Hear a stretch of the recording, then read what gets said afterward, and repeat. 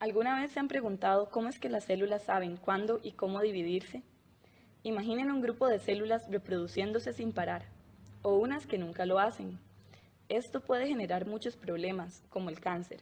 Entonces, ¿cómo saben las células cuándo multiplicarse? Esto ocurre principalmente por mecanismos de recepción de señales. Un ejemplo son los receptores tipo tirosina quinasa, o RTK, los cuales vamos a explicar a continuación.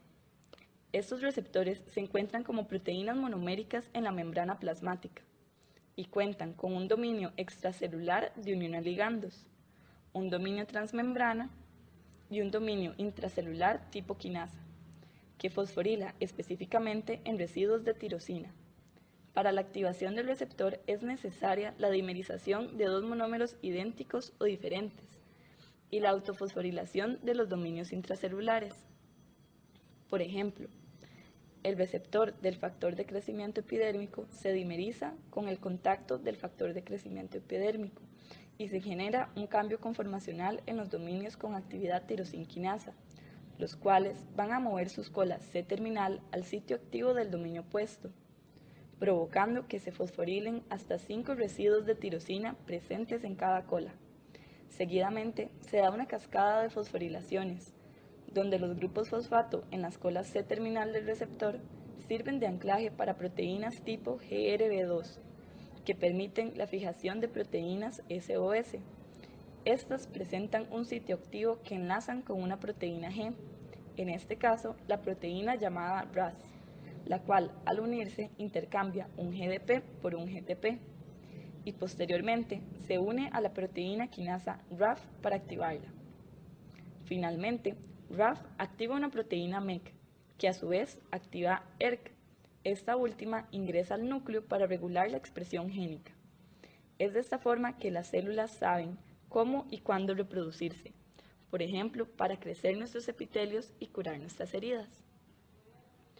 El factor de crecimiento epidérmico está involucrado en la proliferación, división y crecimiento celular. La célula regula o detiene el mecanismo de transducción de señales, cuando este no sea necesario.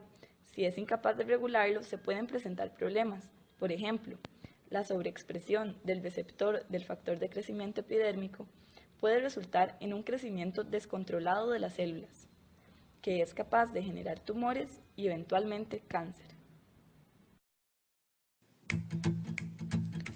Son una clase de proteínas que se encuentran en el interior de las células y son responsables de ligarse a hormonas esteroideas, tiroideas, eicosanoides, ácido retinoico y moléculas relacionadas. La estructura esquemática de receptores para las hormonas esteroideas y tiroideas presentan una unión al TF2, localización nuclear, silenciamiento, transactivación, unión al ADN, unión a la hormona, dimerización y unión a PST. La región C del receptor para hormonas esteroideas y tiroideas permite la unión del receptor nuclear con el ADN. Tipos de receptores nucleares. Tipo 1. La unión del ligando a los receptores nucleares de tipo 1 se da en el citosol y luego viaja al núcleo. Hormona esteroidea pasa la membrana plasmática por difusión al citosol para unirse a su receptor.